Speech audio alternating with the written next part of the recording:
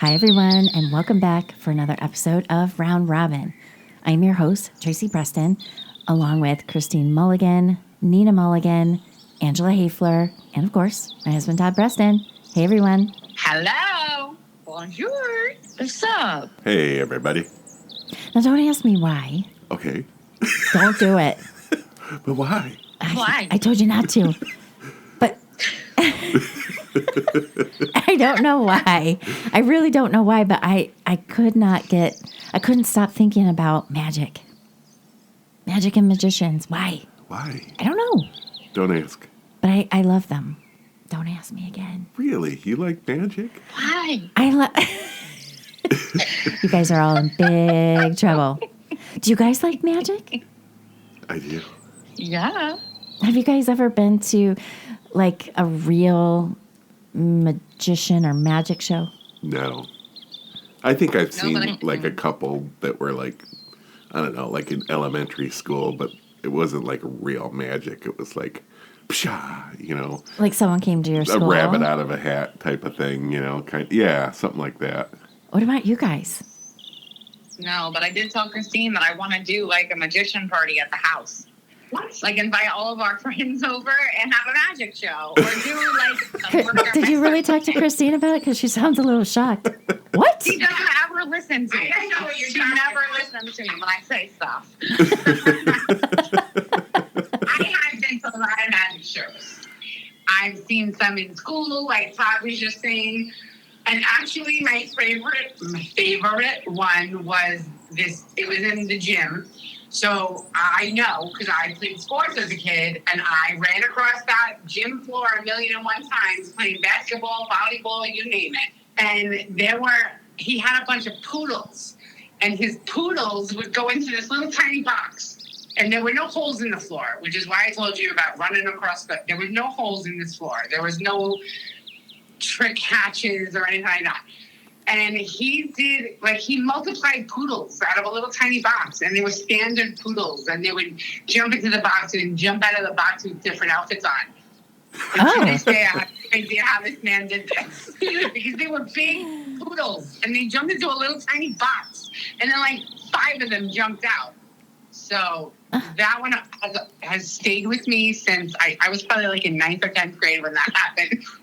So that one has stayed with me. And then I've also seen, and in many later years, I met him and kind of befriended him. He's a nice guy. He's an eccentric guy. A little bit weird looking, but he actually is a really nice guy. A little bit weird. You can catch him on an off day because I have seen him be not so nice.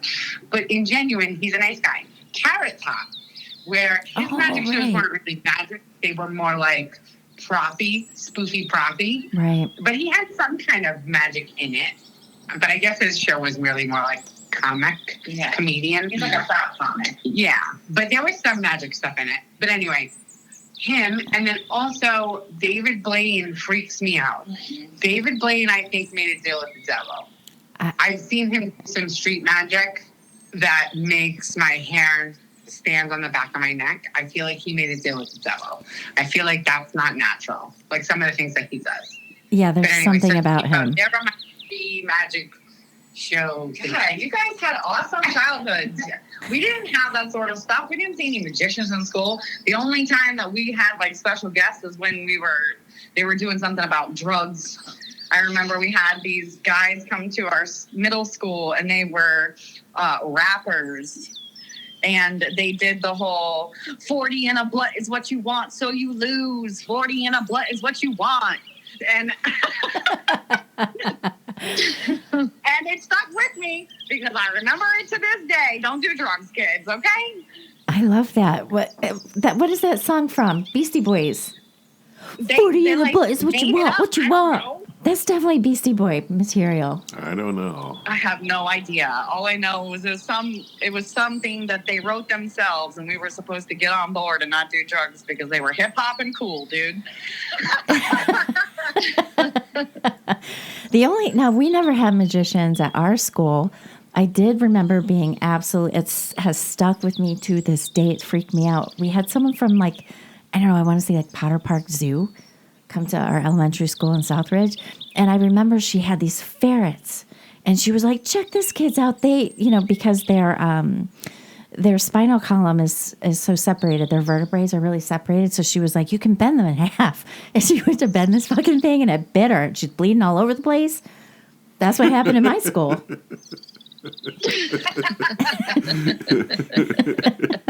I didn't have a magician or a cool rapper. I'm traumatized. I will never have a ferret. Never. And I'll never look at them the same. Nope. What about you, Angela? Do you have any fun stuff like that happen at your school? We just had like a couple of bands. I don't really remember anything cool happening like that, to be honest. I'm so jealous. Aw. Well, when I started thinking about, how far back does magic go? I wonder. It goes all the way back to Mesopotamia. Did you know that? Really? Yeah, this shit goes way back. And it's when they used... Yeah. Court gestures were partly magicians. That's right. They were entertainers. Mm-hmm. Yeah. Yeah. You gotta pull a rat out of your ass every once in a while to keep something else from going in your butt. Yeah, and to keep your head on your shoulders. Yeah, but I think Mesopotamia is way before like court jester days. Yeah, I know, but I'm just saying, that's forever, right. for as long as society is known, we've had to have somebody entertaining the privileged. That's right. The masses. That's right. Oh, I'm sorry. God forbid they get bored. I know. Well, back in Mesopotamia, it's when rituals were used to counteract evil omens. So magic was a good thing back then, right? And in Egypt, magic was an integral part of religion and culture in Egypt. They used the term Heka for it, and Heka is centered on the power of words to bring things into being, okay? And sometimes the poor people that needed to go to magical places, they needed to earn their keep too. Mm-hmm. And Heka, she's about to go into a whole different thing, Hecate and all that. Right. That, in all honesty, maybe we should say, when was there a time that there wasn't magic? Because everything used to be magical in the lands of unicorns and gypsies. That's right. True story. That's right. Now, the word magic or magos or magus originated in ancient Greece during the early 5th and 6th centuries BCE. And these practices were considered fraudulent, strange, unconventional, and dangerous. All kind of makes sense to me when you think about a magician these days, right? Right. Now, my oldest, her dad lives out in Henderson, Nevada. So it's a hop, skip, and a jump from Las Vegas. So my oldest daughter, Lauren, she'd seen Chris Angel a couple times. He's got that Mind Freak show that he does out there. She even met him, had pictures with him and all that. I don't know what it is about Chris Angel. Never met the guy. But there's something innately when I look at him, I don't like him. Something in my body's like, nope, don't like you. It's a stupid leather pants. Maybe. And I think he's got a lisp, and for some reason that bothers me, and that's stupid because I don't get bothered by that kind of stuff. Or something about his energy. I don't like it. He looks like a troll. Honestly, as a short person, I can say this. He's I don't know. Every time I see him, it's the leather pants and I don't know. I just can't with him. He's weird, and he does freak me out a little bit because I feel like there's something going on there. But then again, that's what humans have been saying forever for things they don't understand. Oh, it must be evil. So, I mean, he's not out murdering people. He's biting nickels in half. You know what I'm saying? He's not like he's doing anything evil. Right. But we've placed some sort of evil on it because we can't understand it, which is basically what we've been doing since, we figured out science and shit. Yeah. I don't know why I can't get past it, but I can't. But this guy, he started his debut show out there in Las Vegas in 2005, and he's going into his 20th year. That's a long-ass time. He's making tons of money. Tons. So Christine already kind of brought up David Blaine. He's my absolute favorite. And I agree with you, Christine. This guy is, there's something more going on with this dude. He absolutely blows my mind. It's next level heebie-jeebie. Yeah, let me tell you about a few of the things he's done, because I also saw both of his, what did you call it, Street Magic. Street Magic is what it was called. Yeah. He did too. And the thing that's really cool about him is he legit is out on the streets. He's got no, you know what I mean? And he'll just he'll just walk up to people and talk to them. And he's very... Yeah, so he doesn't have all the stage magic. He doesn't, you know what I'm saying? Right. Like, he doesn't have the lighting and the distraction level that, you know, stage magicians have. And he just does this hand to hands right in front of your eyes. It's wild. It's wild. It's super wild. So he levitates. He freaking levitates, this guy. And I've seen him go up, especially on that show. He'll go up to people, you know, group of people, single person, whatever, and he'll be like, "Wait a minute." And he always talks like this. He never has any excitement. Now just watch. Just all get together because I might fall. You might have to catch me. Hold on. So he turns his back, and sure as shit, this guy comes off the ground like, I don't know, close to 8 inches, 6 inches, 8 inches, and people will freaking run. They'll turn and immediately haul ass. Some will just sit there and their eyes, you know, eyes pop in, their jaws hanging down. He freaks people out big time. He also walked up to a homeless guy sitting on the street, and this guy was sitting there drinking a cup of coffee. Like, he had just gotten his coffee, and he asked him, he's like, can I see that? What are you drinking there? And so he's like, "Oh, I've got some coffee." He took the lid off. You could see this cup of coffee was full. So the guy took a sip or whatever, and he's like, Can I have that for a sec? So he's holding the coffee, he's tapping the bottom, tap, tap, tap, tap. He's like, "Watch. Just watch." Tap, tap, tap. That freaking cup started filling up from the bottom with change. Wow. He replaced that shit with coins and gave it back to this guy. That's cool. It's fucking nuts. That's pretty cool. Yeah. This guy beat the Guinness Book of World Records for holding his breath for 17 minutes. Yikes. I don't even know how that's possible. I don't. 17 minutes? What? I could maybe do 30 seconds. I can't. See, now my aliens are here theory is striking a little bit true, I think. Because what is the other explanation? The thing is that I don't know if it's necessarily magic or if it's aliens inside of human casing and they have unlocked their minds more than we have, and they're doing shit that we're supposed to be able to do, but we don't know because we're asleep. So we need to wake up, and then we can all be levitating and filling cups with coins, and there'll be utopia, and then we'll find unicorns, and it'll be magical. Agreed. No? It's so true. I'm with you. Think about it. Human Some people skin can see in the future. hiding. Some people can read people's minds. All of these people have different thingies. Obviously, it's not magic. It's just how we're built. We just don't know how to explain it because we are not awake. And I think he absolutely taps into his brain. Because listen to this. On April 5th, 1999, he was really kind of a nobody around this time, really. He grew up on the streets, basically, in New York City. And he decided that he was going to bury himself. It was nuts. So when he did it, he put himself in a plastic coffin. Now, this is in Manhattan's Upper West Side. So he had this area.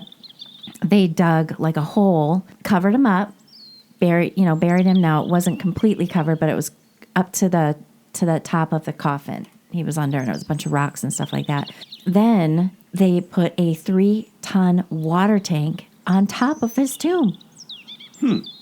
So when he started this, they had the those ropes that you get at the movie theater and for special things like that, the movie theater ropes, the velvet ropes. Yeah, yeah. They had that all the way so nobody could get on top of him or anything like that. But so he's like, when I went in the box, there was only a few people there. Now they had something where they could give him just sips of water. He would just take sips, 3 tablespoons of water per day. He didn't eat, just the 3 tablespoons so that, he decreased his chances of having to urinate and all that kind of stuff. He was in that fucking box for 7 days. Wow. Yeah, so he's like, when I went in there weren't many people around, maybe, 20, whatever. He's like, when I got out of the box, there were 75,000 people. 75,000 people there. And that's really kind of where he blew up. Wow. I didn't know that. Mm-hmm. And in this, he's a big dude. He's probably 6 feet or just over 6 feet. Oh, okay. So he's in this glass coffin, and it's not very big. Like, he had just enough room to turn his head and, just move a little bit. But when he came out of it, when they removed the 3-ton water tank on top of him and they helped him get up and stuff, like, I would have expected him to hardly be able to stand. He did pretty good. I mean, think about it. You're not walking for 7 days. Bonkers. Alien. He's an alien, just like Nina said. That's right. He teleported out of there. Yeah. Now, you guys remember David Copperfield? Yes. He was big when we were kids, right? He was really tall. And when I was a little girl, I used to think he was handsome, right? Mm-hmm. And, like, he did the big TV shows, and I think you reminded me of it, Todd. He made the Statue of Liberty disappear, then he make, like, an elephant disappear on TV. It was, like, all these intense things that he would do, and you wouldn't see it until the end. You're like, could you just do it now? But it was, nope, that has to wait to the end. David Copperfield is not a good guy, kind of seems like. Yeah. He's had a lot of trouble. You guys heard of any of that shit he's been in trouble for? Let me tell you. I thought he was a womanizer or domestic violence or something. I could be wrong, though. He definitely has. Now, allegedly, there have been 16 women that came forward in 2024. 16 who don't know one another, who don't live near one another. He liked those young girls. He'd pull them up out of the audience, come on up. Some of them allege that, while they're doing this rope trick, whatever it was, elevates them, whatever, like, he was pretty hardly rubbing his arms against their front of their body. And then, of course, he's always gaslighting these people, saying, oh, it's just a trick. You think I'd do that in front of all these people? Gaslight, gaslight, gaslight. 16 women, though, right? And then also in 2024, like, he had a condo in Manhattan that he bought for like $7.5 million. Anyway, he'd lived there for many, many years, and he must have had like the penthouse, I guess you would call it. I don't know if you'd call that in a condo building.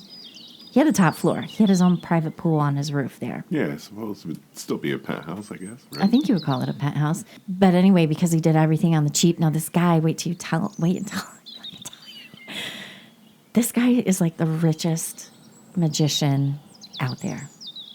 But he's doing everything on the cheap. So his pool ruptured. And, of course, all that water, can only imagine how many thousands of gallons. It ruined his apartment. And then, of course, it ruined condos. Sorry, it's a condo. Ruined condos like 30 floors down. Mold, ruined the elevators. So he also got sued in 2025 for $2.5 million. And when he abandoned it, he took a bunch of shit out of the apartment that I guess wasn't his. What the hell? He made it disappear. There you go. Yep. Now get this. So I just told you he's the wealthiest magician out there. His net worth is $1 billion. $1 billion. What? That dude did not make that off of magic. No freaking way. He's got to have some other investments or something, because that doesn't even make any sense. No, but didn't He absolutely does. Make out of magic stuff? So, like, all of his props and stuff, he basically copyrighted it and then sells it to all magicians everywhere, forevermore, which is how he made most of his money, I think. Oh. And I don't even know why I have ever heard that.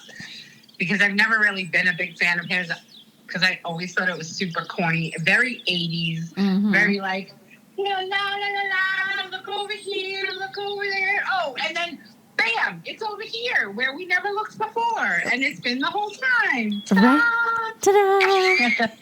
Yeah, it was always super funny. I just never really bought into the whole David Copperfield. And he was so cringeworthy, even when I was younger. And it was the 80s, early 90s. He was just very cringy. Yeah. And then I think what superstar, it was like a model that he was dating. Yes. And it was almost like literally would wear her like an accoutrement. I don't even think he would ever speak. I forget who it was. Was it like was it Christy Brinkley or something? I thought it was Christy Brinkley. Was it Christy Brinkley? No, it was one of the top runway models. There were two sisters, blonde hair. I can't think of their name. I think Todd is Googling it right now. He dated the younger. So there was Nikki was one of their names. Was her other sister. Yeah. You know what I'm talking about? I'm going to Google Hold on, Todd's Vaguely. Todd's Googling it. We'll have her name in a second. But, you know, But it was almost like that was her job. Her job was just to play his girlfriend. And even back then, it gave me the heebie-jeebies. agreed. So I'm not a fan. And I think he was just a shyster. And I think for the rest of Magic after him, I think that's why people like Chris, what's-his-face, and David Blaine, that's why they took a left turn a little bit and started that street magic, voodoo-y kind of stuff. Right. To get away from flashy, cut the people in half, make them disappear kind of stuff. Because Copperfield had the market on it. Yeah, he did. Like, he owned all the props. And I don't ever remember. You had to pay your dues to Copperfield to be in Magic, which is why Chris Angel and David Blaine went the other way, I think. Claudia Schiffer. Claudia Schiffer. That's who. There you go. That's who he dated, and I remember that gave me the heebie-jeebies too. It always felt like something was off with that. Yeah, it was weird. Yeah, and there's good reason for feeling that way too. And I'll get to that in a second. But you know, he has a Las Vegas residency, just like Chris Angel. And that alone makes him 50 to 60 million a year. He does like 500 shows a year. And like, That's crazy. How old is he? I feel like he was old when I was a kid. he's got to be in like his 60s, I think. Oh, jeez. I thought he'd be like in his He's 70s by 68. now. He's 68. Yep. There you go. Close to 70. He's 68 years old. Thanks, hon. Yep. So, but this is where the heebie-jeebies are going to come in. It's all going to make sense why you felt the way you felt about him, Christine. He owns a string of islands in the Bahamas. One of those islands is called Musha Cay. Now, this he turned into a very high-end private island. Are you going to tell me this is a little Epstein-esque? Absolutely. So these islands are located in the southern Exumas, which is like this string of islands, like I told you, around Bahamas. And so like the Musha Cay, that's where people like Oprah Winfrey has been there. A bunch of high level people have stayed on his island, but he's got other islands as well.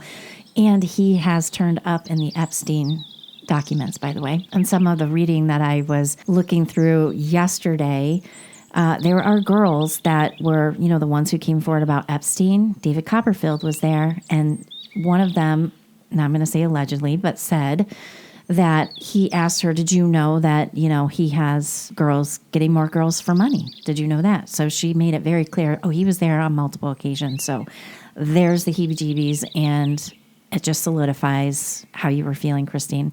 And then I started looking back at his pictures. I'm like, oh my God, I see the creepy all over him. I don't like it. He has a bunch of museums, tons of investments. And one of the things he owns is Harry Houdini's straitjacket and his water torture cell. That's pretty cool. Yeah, I don't like him. It's just kind of gross. Whenever I think back to it, I think now, you know, with everything that you just talked about and the islands, and then we also did a couple of stories about that the island up in Michigan. You know what I mean, with the wealthy guy. Like wealthy guys and islands, automatic pedophile. Yep. Like, what the actual fuck? Yeah. You literally are buying property with your millions so you can traffic children there and do your nasty deeds. All of them. And all of this, I think in the 80s and early 90s is when they kicked up their game a notch. Because unfortunately, in the 50s and 40s, you could do it in your backyard and nobody said anything. And it was just, oh, men will be men. Kind of crazy crap. Right. I mean, it was quasi-acceptable in, you know, the earlier years. And then in the 80s, they kicked it up a notch and they brought it to a whole new level of slimy. And it's bonkers that because they had money and planes and big boats, that they're, to this day, they're still getting away with it. Yeah. And I'm hopeful that now we unearth all of these super creepy, crawly slime bags and do away with all of that. Yeah, for sure. And the show you're talking about, Christine, is the very first show we did on Malice in the Mitten, and that was the Oakland County Child Killer. Yeah, so I agree. Ladies, young girls, young boys, do not be starstruck by these guys with lots of money and planes and islands. That's a big flag. Stay away. Don't go. Don't go. So once I heard he had all these other islands, because he's got like a whole little chain of them. All his. Yeah, actually, I don't know why, and this is way off the beaten path. It's a little bit off topic, but at the same time, I'm getting a little nervous. Nina and I were just having a conversation. Something came up, Richard Branson, he was doing something. And for some reason, because I'm not a big fan of anything, like I'm not fanatical about anything. I'm sure I've said that before on a podcast, and I know Tracy and Todd are aware of this because we've had many of Campside Fire chats about how I always kind of struggle with, I don't have any real big hobbies, and I'm not like a super fanatical fan about anything. Like, you know, I say I'm a Jets fan just because I'm from New York, and it's like, it's expected to be a downtrodden Jets fan. You know what I mean? Like, so I'm a Jets fan, but I don't have like jerseys and stuff, and I couldn't tell you who's on the team. You know what I mean? So I'm like, I'm not a fan. But for some reason, Richard Branson, like I want to hope beyond hopes that even though he's a billionaire, he's a good guy, you know? Who- I don't know why. Who is he? Richard I Branson. don't know who Richard this is. Branson, the Virgin guy. Virgin Atlantic. Oh. Virgin. Oh, yeah. Yes, yeah. thank you. Because I'm like, the name sounds familiar, but I'm not pegging who it is. Pagan. I don't want you to peg him. We haven't brought that Anyway. up in a while. Yeah. See, that's the thing is I don't want to believe Richard Branson is involved with pegging of any kind. Mhm. I want to believe that he is, I'm sure he's an asshole because he's a billionaire. So I'm sure there's things that come out of his mouth that the layperson like myself would be like, oh, dude, that was kind of mean, or, oh, that's condescending, or, yeah, I'm sure he's got some billionaire-esque qualities. However, I want to believe that he is more namaste. He is more live and let live. I just want to believe he's a good guy. But now we're talking about billionaires with planes and islands, and I'm like, oh no. Right. Oh no. Don't let it be so.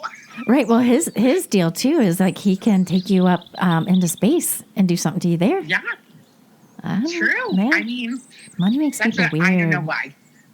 I don't know why I'm bringing him up, but I want him to be the white sheep of the group because I really feel like the more money you have, the more inhumane you become because you think money is everything.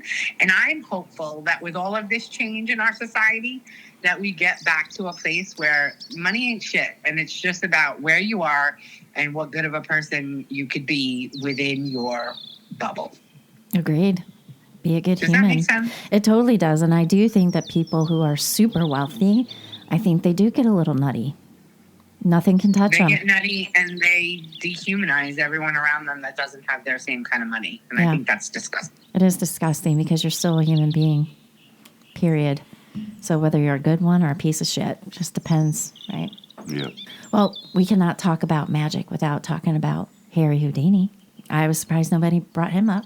Good old Harry. Because he's dead long time before any of us are born, right? He is. He is. You know, I think he was born in Budapest. He was. Yep. And of course, Harry Houdini is not his real name. But anyway, he was the great escape artist. So I think he kind of falls in line there with David Blaine and, you know, the other guy I don't like, Chris Angel. Yeah. Right. But he started his career at like 24 doing like the little standard kind of card tricks and this and that. And then this guy, Martin Beck, got a hold of him. And now Martin Beck is like the head of Orpheum Vaudeville. And he's like, yo, dude, you got to stop doing that. What you need to do is focus and concentrate on escaping. And so that's what he did. That's why he kind of took that left turn there. So if you guys, I don't know how much you knew about Harry Houdini, but like he could get out of any handcuffs. He was a master at picking locks. It wasn't the trick kind where you just pop them open. He would always kind of hide a little key. Well, after we learned about the orangutan, Right. you know, An orangutan could do it. I'm thinking that's not that hard. You know, if an orangutan can A pick little a sleight lock. of hand with that key. Well, some of the other stuff that he was really famous for was hanging upside down in a straitjacket. And a lot of these things are done outside. Yeah. Like they'd haul him up by a crane, put him in a straitjacket. People would line the streets and the bridges just like they do for David Blaine. He would also do the escaping from that big riveted metal milk can. Yeah. The big one, right? He'd get in there filled with water or whatever. Then he had the underwater coffin. He'd be cuffed in there, lock him up, put ropes around it, chains around it, and drop him in the water. And he could get out of that he had that Chinese water torture cell. That's the item that David Copperfield has. It's like a big glass box they fill with water, and then they chain him up by his feet, dip him in there, head down, head first. Yeah. So he was pretty famous for that. But the other thing that he was pretty famous for was, it was called the Iron Stomach. And I was like, what? So that's where, like, he'd stand on stage and he'd prepare and get his stomach muscles in just such a way that he could handle any blow to the gut. Any blow. It didn't seem to faze him. And I'm telling you this for a reason. Did you guys know that Harry Houdini died right here in Michigan? Did you know that? I didn't. Yeah. I found this very interesting. Did he die on one of his trips? Nope. Oh. I thought he did too, but no, that's not what happened. So he gave his last performance here in Detroit's Garrick Theater on October 24th, 1926. And he started off the show, and I think this is kind of like his thing where he'd rip off his sleeves, you know, that proverbial nothing up my sleeves kind of a thing. I think that kind of became his like little shtick there. Anyway, you know, he would do the standard stuff by making coins and clocks and disappear. And then he'd have a woman come up on stage, make her disappear. And in her place, boom, there's a flower pot, a flower bush or whatever. And she'd be like, I'm over here. And she's in the back of the theater. So that last show that he did in December here in Detroit. Now, this guy was the show must go on kind of a guy, period, end of story. Period, end of story. Doing shows with broken ankles. Now, this last show, he had a fever of 104. And no one was any wiser. No one. As soon as the show ended, the curtain dropped or curtain fell, whatever the right verbiage is for it, he completely collapsed. And let me tell you, this was a 2.5-hour show. Wow. He did with a fever of 104. Who the hell could what? No. That's dedication. That's like brain power, right? So anyway, they took him to Grace Hospital in Detroit. And so what was the root cause of this 104 temperature? Well, he was diagnosed with a gangrenous appendix, peritonitis, and inflammation of the abdominal cavity wall. So they got that appendix out, but it was too late. He was septic. And within a few days, in fact, Halloween Day, he died. Yep. All right. Now, his death, as you can imagine, was front page news across the country and probably throughout the world. Now, just 2 days prior to the show in Detroit, so on October 22nd, 1926, Houdini was in his dressing room at the Princess Theater in Montreal, Canada, having a relax because he had that broken ankle. So he's got his leg up, nursing the ankle, just kind of going through his mail, whatever. And then 3 students from McGill University came and knocking on his door. Now, apparently, these 3 were able to get entry by telling, whatever security at that time, whatever, that they had a book that they had borrowed from Houdini and they wanted to return it. That's how they got in. And I'm thinking, wow, that was easy. That shit would not work today. So this is what happened. There's a man, a 31-year-old man named Jocelyn Gordon Whitehead. He was one of those students. Now, according to an article I read on historyhit.com, reportedly, Whitehead asked Houdini, quote, if he believed in miracles of the Bible, and wondered if Houdini could really handle any blow to the abdomen. So apparently, I don't know, maybe Houdini gave him a smirk or whatever the hell it was. And then this dude just pounced on Houdini. Now, mind you, he's sitting on the couch. His stomach muscles are relaxed. And this guy just punched the shit out of Houdini in the abdomen until finally Houdini was like, yo, dude, that's enough. I'm good. You got to stop. So I started wondering, I wonder if this dude was some kind of a boxer. Yeah, probably. Right? Yeah. He knows where to hit. So anyway, when I did a little digging on this dude, he was. So he was a student at McGill University in the 1920s. He was a good student, but also an excellent boxer. He would, take bets for people to fight him, and it sounds like he always won. This guy was one hell of a boxer. On that website, it kind of mentioned when I was doing some reading on this dude that Houdini had appendicitis prior to Whitehead punching him. Not certain. Everything's kind of like nobody really knows kind of a thing. I'm sure it didn't help. Right. If he had some issues, this dude, like I already told you what had happened to him. The inflammation, peritonitis, and the problems with his appendix. And I didn't know about this. Did you guys ever hear about this conspiracy theory about this? No. I didn't know either. there's a conspiracy about why Whitehead attacked Houdini. Now, according to the article I read, the first theory is that it was a plot initiated by spiritualists of the time. Oh. Makes sense. So Houdini, during his life, was never a spiritualist, as he had known that the practice was basically a fraud. That's how he felt about it. So apparently that angered many in the spiritualist movement, and they developed a plot to poison Houdini. Wow. Yeah. Whitehead was possibly chosen to end Houdini's life, but the only role people know he played was punching Houdini in the abdomen. Now, another theory is that Whitehead actually developed the plot himself and that there was nobody supporting this plan. That theory has largely been accepted by historians who believe the punches either started, contributed, or covered up Houdini's death. I found that very interesting. Wow. Now, not only was Whitehead notorious for ending Houdini's life, but he was also known for being one of, quote, America's most notorious shoplifters of all time. Okay. You know what he had sticky fingers for? What? Shoes. Oh, good guess. Anybody want to guess? Bit o' honey. Honey. Why would you say that? I don't know. It's like an old people candy. This is old time. What else? Hey, I love bit of honeys. God damn it. All right. Well, he liked to steal books. Oh. Books. Yeah, he's a freaking book thief. Hey, book thief. How ironic is that? Returning a book to Houdini. Ah. Don't you find that ironic? Now, one of the photos, there's a photo that I found, and I think I'm going to blow this up for the show because when I looked at this dude, he looked to me like Sean Connery. Sean Connery. I love the way he talks, but I don't like him. He's not a nice guy, from what I've heard. Anyway, he looks like a young Sean Connery when he was doing like the early 007 movies. And this picture that they have of him, he's in a bookstore reading a book. I bet he stole that book. Huh. Yeah. Now, apparently, Whitehead lived his life out as a recluse and a hoarder, and he died in 1954. And they put him in an unmarked site at Hawthorndale Cemetery in Montreal, Canada. Now, there is a book. I really want to get this book. There's a book written by Don Bell called The Man Who Killed Houdini, and that's where this photo is that I saw online. Now, there's also a book out there called Escaping Obscurity. Now, this is the travel diary of Harry Houdini from 1897 to 1899. This book was in his own words, so it took this guy who deciphered this, took him quite a while because Houdini's penmanship was really, really bad. So I thought, oh my God, that would be a really great read. I looked on Amazon, you're not going to find it. You are not going to find it.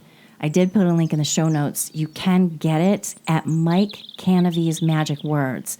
David Copperfield read this book and said it was a masterpiece. You want to know how much this baby costs? It is a 9 by 12 inch book, 373 pages, full color, 260 photos in it. It's $125. Wow. I thought that's like $40. Mm-hmm. It's $125. That's a lot of money. It's a lot of bucks. So anyway, that is where my curiosity led us. So there you go. Well, that was magical. Well, and also I found like how interesting is it that Houdini died here in Michigan? Yeah. I didn't know that. That's pretty cool. Yeah, I thought so too. Wasn't there a movie not too long ago about Houdini? There is Adrian Brody, and I love him. Okay. Adrian Brody did, can you Google that? I will Google it.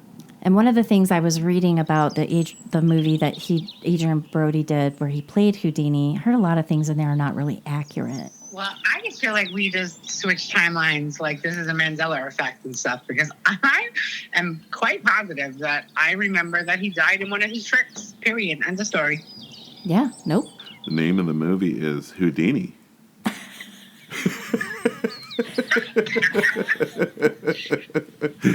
would have thought? Who would have thought that?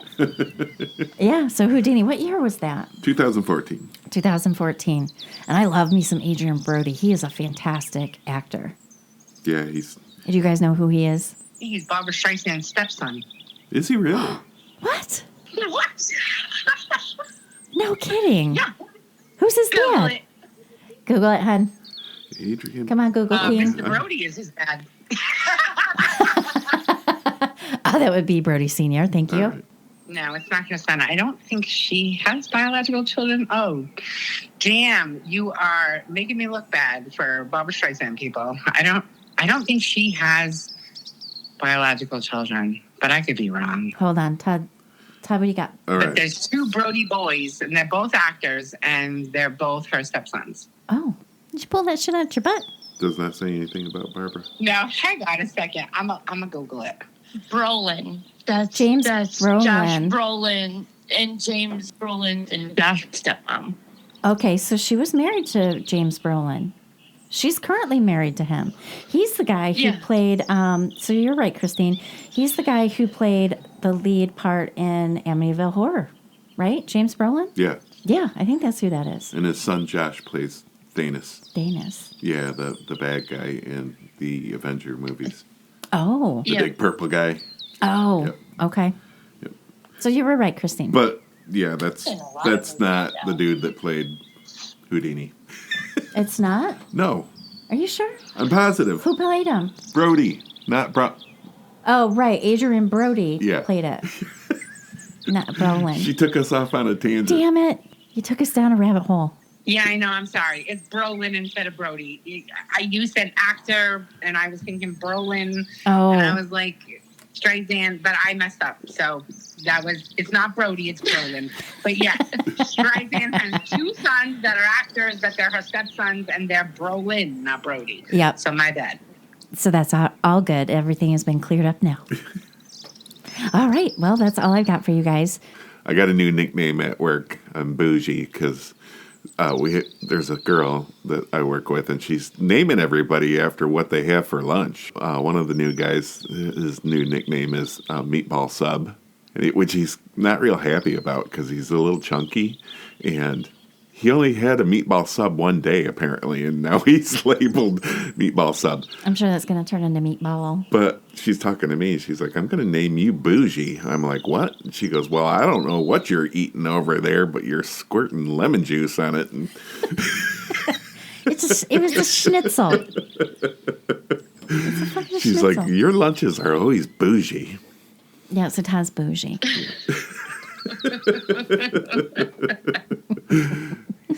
Yep. All right. Well, let's move on to our round robin recommendations.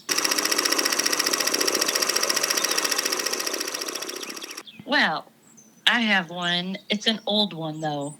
But I just watched it because I was like trying to find something to watch. I was not feeling very well, and Adam went to go see the new grandbaby. So I found Face Off. I don't know if you guys have ever seen it. It's with John Travolta and Nicolas Cage. Yeah. Way back in the day. Yeah. Watched it on Paramount Plus, and I love that movie. I've watched it many times over the years, and I just think that it displays the brilliance because it was done so well. They basically swapped faces and bodies, but they were in their own. They just were medically enhanced. Just the amount of acting that went into that, where they pulled off each other's characteristics, it was just so cool. So I just really enjoyed watching it. That's a And great Adam movie. got home, and yeah, he watched it with me. He's like, I forgot how good that movie is.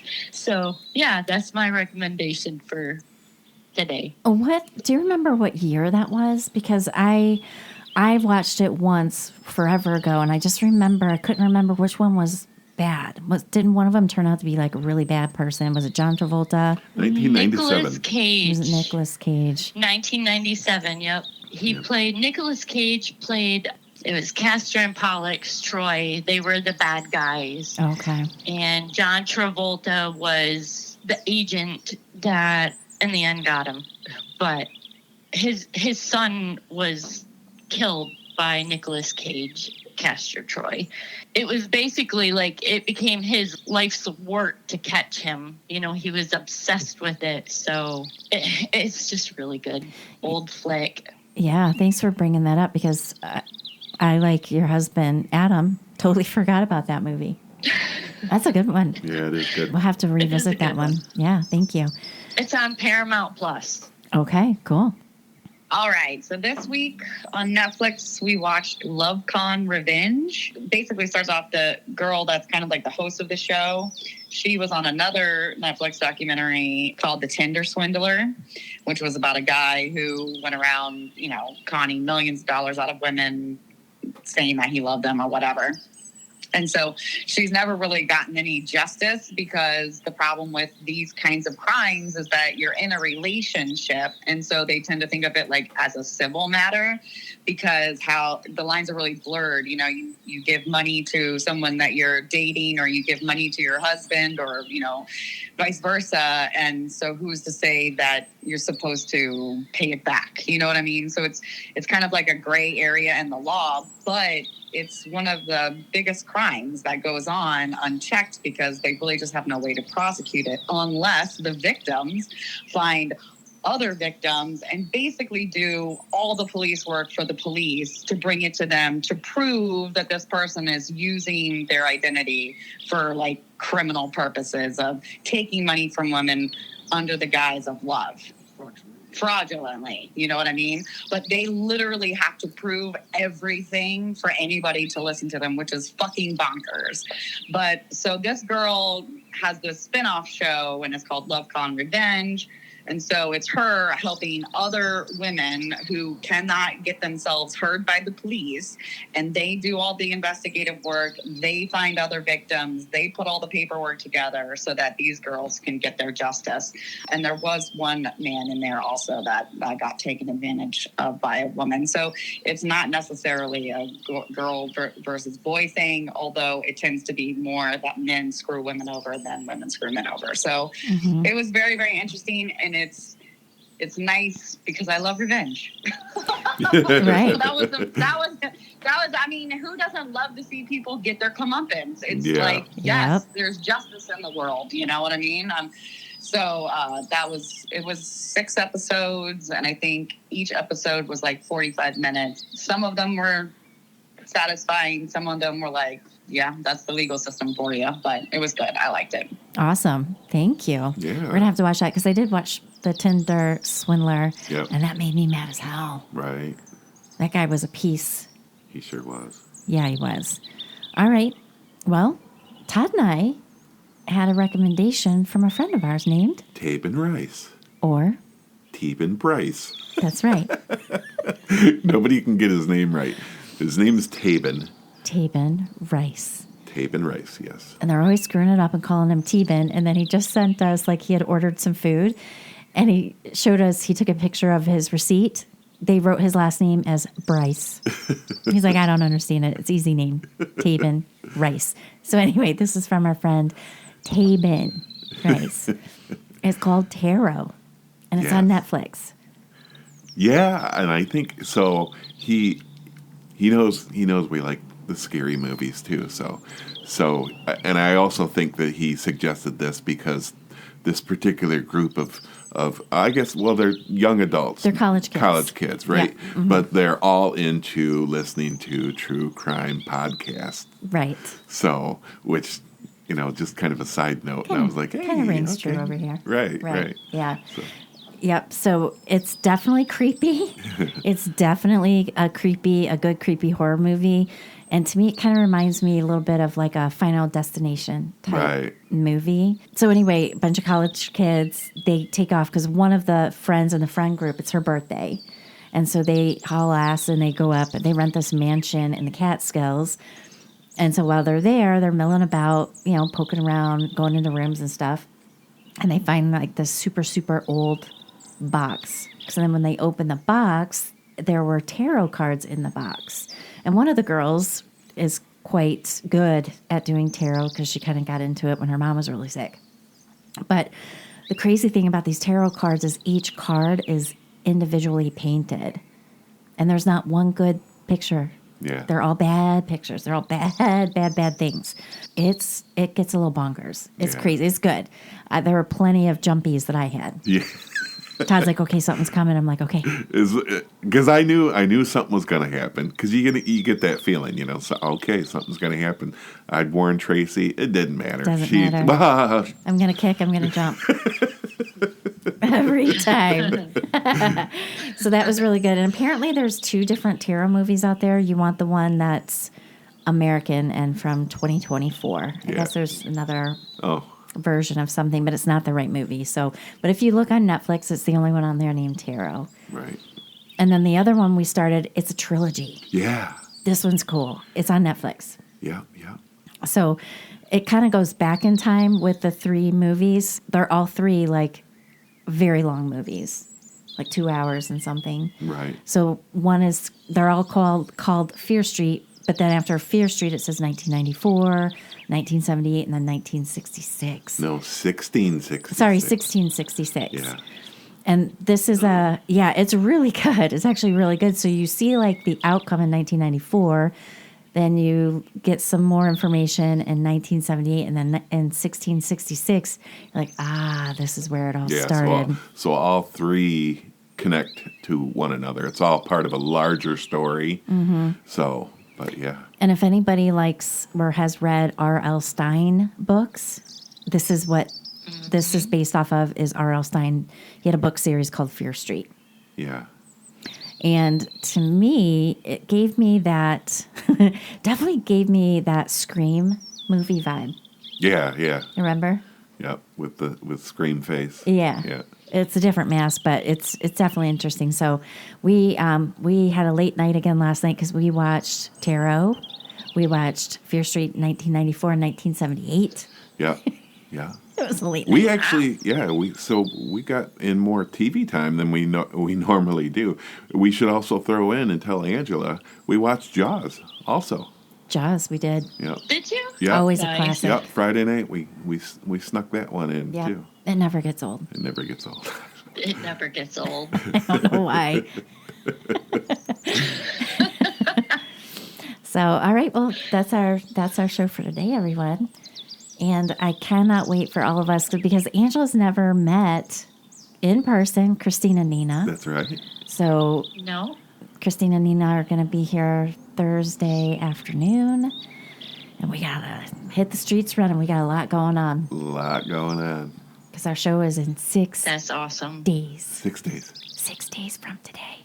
It's exciting. Get your tickets, people. Tickets are still selling until 3 p.m. Saturday, September 13th. So if you haven't gotten your tickets, you really want to grab those tickets. Our seats are filling up. I'm so excited about this. So excited. So it's going to be a great show. I know we keep saying it, but like legit, it's going to be a great show. So anyway, and just as a reminder, now we brought this up on Malice Monday's show, but after this Friday F-Bomb, we are taking a 2-week break, but I'm going to be loading up shows. So there still will be shows Monday, Wednesday, Friday. I'm just going to kind of release some of the favorite shows that we see some pretty big numbers on. Yeah. So you guys will still have shows, but we are taking a much needed break after a year and a half. Right. We have been balls to the wall for a year and a half, come hell or high water. Right. So anyway, thanks everyone. We hope to see you at the show. Have a great week, and we will see you here on Friday for F-Bomb. Have a great week, everyone. Bye. Au revoir. Later. Adios. Adios, amigos.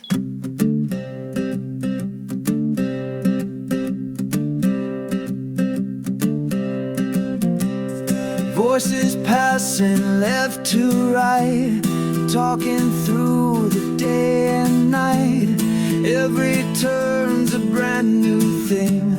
In this round robin we swing. Round robin, spin that sound. Pass the story, pass it round. Snap your fingers, tap your shoes. Laughs and chatter light the room. Round Robin Show.